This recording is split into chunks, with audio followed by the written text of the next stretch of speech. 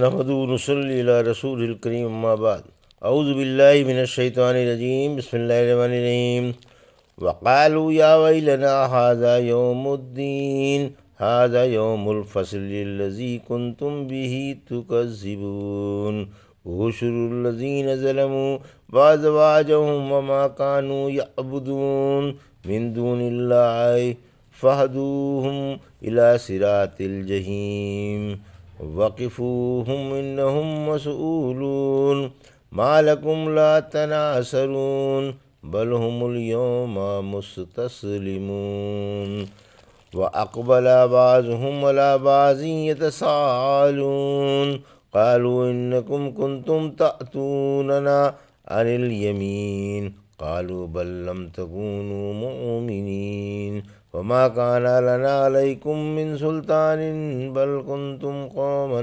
طاغين فحق علينا قول ربنا إنا لذائقون فأغويناهم إنا كنا غاوين فإنهم يومئذ في العذاب مشتركون إنا كذلك نفعل بالمجرمين انہم کانوا اذا قیل لهم لا الہ الا اللہ یستکبرون ویقولون ائنا لتارکو آلہتنا لشاعر مجنون بل جاء بالحق وصدق المرسلین۔ ابھی آپ نے سورہ صافات کی آیت 20 سے 37 کی تلاوت سماعت فرمائی۔ ان آیتوں کا ترجمہ اور تفسیر اس طرح ہے۔ وقالوا یا ویلنا ھذا یوم الدین آیت 20، ھذا یوم الفصل الذی کنتم به تکذبون آیت 21، احشروا الذین ظلموا وازواجهم وما كانوا یعبدون آیت 32، من دون اللہ فاہدوہم الی صراط الجحیم آیت 33، وقفوہم انہم مسئولون آیت 34، ما لکم لا تناصرون آیت 35، بل ہم اليوم مستسلمون آیت 36۔ ترجمہ: اور کہیں گے ہائے ہماری شامت، یہ تو جزا کا دن ہے۔ ان سے کہا جائے گا یہ ہے فیصلے کا دن جس کو تم جھٹلایا کرتے تھے۔ ان لوگوں کو جمع کرو جو ظالم تھے، اور ان کے جوڑوں کو اور ان معبودوں کو بھی جن کی وہ اللہ کو چھوڑ کر پرستش کیا کرتے تھے۔ انہیں جہنم کی راہ دکھلاؤ اور انہیں ٹھہرا لو، کیونکہ ان سے پوچھ گچھ ہونے والی ہے۔ آج تمہیں کیا ہو گیا؟ کیوں ایک دوسرے کی مدد نہیں کرتے؟ بلکہ آج تو وہ سب فرما بردار ہیں۔ یہ تھا ترجمہ سورہ صافات کی آیت 20 سے 26 کا۔ تفسیر: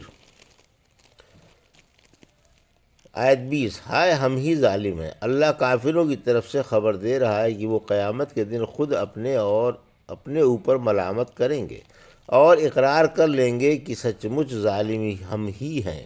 ہم نے دنیا میں اپنے پاؤں پر آپ کلاڑی ماری اور آخرت کا ذرا بھی خیال نہیں کیا۔ پھر جب قیامت کے جگردوز و ہولناک حادثے دیکھیں گے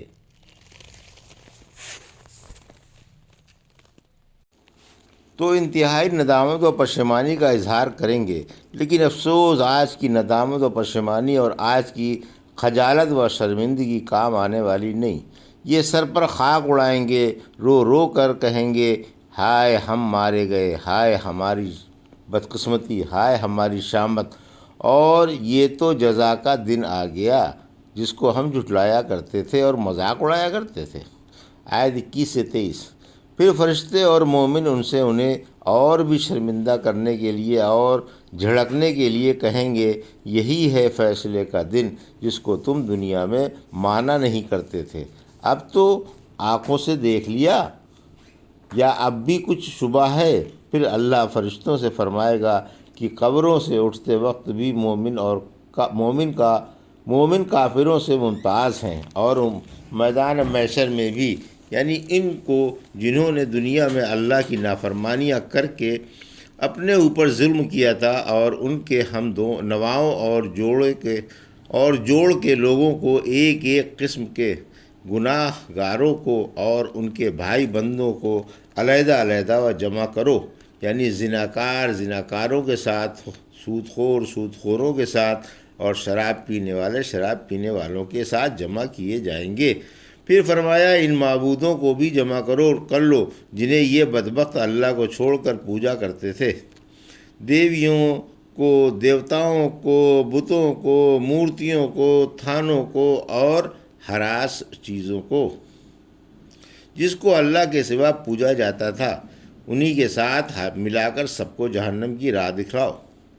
سورہ اسراء کی آیت 97 میں فرمایا قیامت کے دن ہم انہیں ان کے منہوں کے بل اندھے، بہرے اور گونگے اٹھائیں گے، ان کا ٹھکانہ جہنم ہوگا، جب کبھی اس کے شعلے میں کمی ہوگی ہم اس کے شعلوں کو بھڑکا دیں گے۔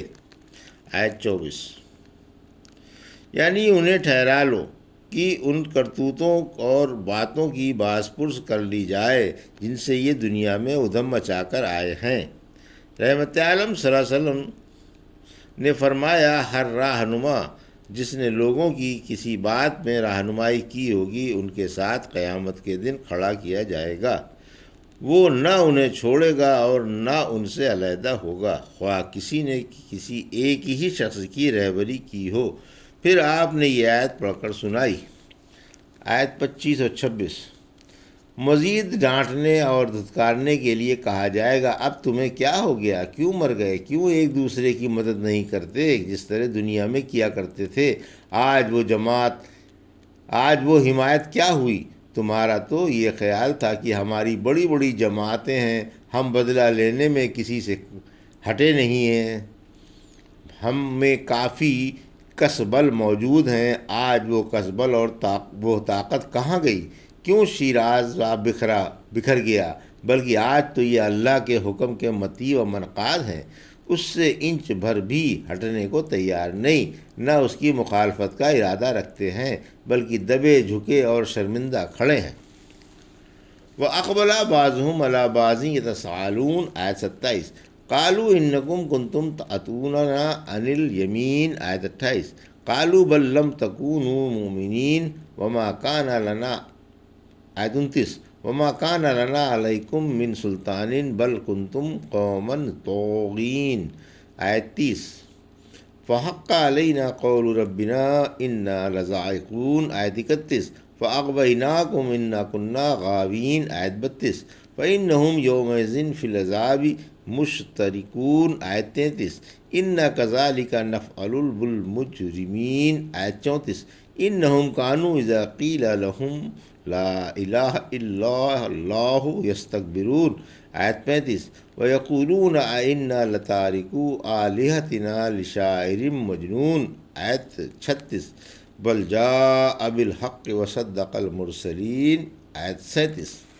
ترجمہ، اور بعض کی طرف متوجہ ہو کر آپس میں ایک دوسرے سے سوال کریں گے، کہیں گے کہ تم ہی تو تھے جو ہمارے پاس سیدھی جانب سے آیا کرتے تھے، یہ جواب دیں گے نہیں بلکہ تم ہی ایمان لانے والے نہ تھے، ہمارا تم پر کچھ زور تو تھا نہیں بلکہ تم ہی سرکش تھے، پھر ہم پر ہمارے رب کی بات ثابت ہو گئی کہ ہم سب کو عذاب چکھنا ہے، تو ہم نے تمہیں گمراہ کیا کیونکہ ہم خود گمراہ تھے، یاد رکھو یہ اس دن عذاب میں شریک ہوں گے، ہم مجرموں کے ساتھ اسی طرح کرتے ہیں۔ دیکھو جب ان سے یہ کہا جاتا تھا کہ اللہ کے سوا کوئی حقدار عبادت نہیں تو یہ غرور کرتے تھے اور کہا کرتے تھے کیا ہم ایک دیوانے شاعر کی بات پر اپنے معبود چھوڑ بیٹھیں گے، بلکہ وہ حق لے کر آیا ہے اور اس نے تمام نبیوں کی تصدیق کی ہے۔ یہ تھا ترجمہ آیت 27 سے 37 کا۔ تفسیر، جہنم میں مشرکوں کا جھگڑا۔ مشرک میدان محشر میں ایک دوسرے کو برا بھلا کہیں گے اور جہنم کے گڑھوں میں جھگڑیں گے۔ سورہ غافر کی آیت 47 نے فرمایا کمزور سرکشوں اور مغروروں سے کہیں گے ہم تمہارے پیچھے تھے تو کیا تم آج آگ کے عذاب سے ہمارے کچھ کام آ سکتے ہو؟ مغرور جواب دیں گے کہ ہم سب آگ میں جل بھن رہے ہیں، اللہ بندوں کے درمیان فیصلہ کر چکا، آج ہم تمہارے کام آنے والے نہیں، ہم خود اس عذاب میں مبتلا ہیں۔ سورہ سبا کی آیت 31 سے 33 فرمایا کاش آپ دیکھتے جب گنہگار اپنے رب کے سامنے کھڑے ہوں گے اور آپس میں ایک دوسرے کو برا بھلا کہہ رہا ہوگا، کمزور مغروروں سے کہہ رہے ہوں گے اگر تم نہ ہوتے تو ہم ایمان لے آتے۔ مغرور کمزوروں کو جواب دیں گے کہ تمہارے پاس ہدایت آ جانے کے بعد کیا ہم نے تمہیں اس سے روک دیا تھا؟ نہیں نہیں، بلکہ تم خود ہی گنہگار تھے۔ اور کمزور مغروروں سے کہیں گے بلکہ تم رات دن ہمیں دھوکہ دیتے تھے، جب تم ہمیں حکم کرتے رہتے تھے کہ ہم اللہ کے ساتھ کفر کریں اور اس کے ساتھ شریک ٹھہرائیں اور ندامت کو چھپائیں گے جب عذاب دیکھیں گے، اور ہم کافروں کی گردنوں میں توق ڈال دیں گے، صرف ان کے عملوں ہی کا بدلہ دیا جائے گا۔ آیت 28۔ اسی طرح یہاں فرمایا یعنی تم بڑے رعب و ذعب اور شد و مد کے ساتھ ہمارے پاس آ کر بہکایا کرتے تھے اور اپنا رعب جما کر ہمیں کفر سے ہٹنے نہیں دیتے تھے، کیونکہ تمہارا زور تھا اور ہم کمزور تھے۔ یا کافر شیطانوں سے کہیں گے کہ تم ہمیں حق سے روکا کرتے تھے۔ آیت 29۔ رہبر گواہ جن ہوں یا انسان عوام سے کہیں گے کہ تمہارا خیال غلط ہے، بات یہ ہے کہ تمہارے دل ہی ایمان سے خالی تھے اور ان میں کفر و شرک اور نافرمانیوں ہی کی صلاحیت تھی۔ تم میں ایمان تھا کب جو ہم تم سے ایمان چھین کر تمہیں کافر بناتے؟ آیت 30۔ ہمارا تم پر کوئی زور و زبردستی تو تھی نہیں، نہ ہماری بات میں کوئی زور تھا کہ دلیل رکھتی ہو، خود تم میں سرکشی اور غرور تھا اور حدوں سے آگے پھلانگنے کی عادت تھی، اسی وجہ سے تم رسولوں کے لائے ہوئے حق کو پس پشت ڈال کر ہماری آواز پر ہماری طرف لپک آئے تھے۔ حالانکہ رسولوں کی باتیں زوردار تھیں، انہوں نے دلائل بھی پیش کیے، لیکن پھر بھی تم نے ان کی بات نہیں مانی اور مخالفت ہی پر اڑے رہے۔ آیت 31۔ مغرور کمزوروں سے کہیں گے کہ اللہ کا یہ کلمہ ہم پر ثابت ہو گیا کہ ہم ازلی بدبخت ہیں اور قیامت کے دن عذاب چکھیں گے۔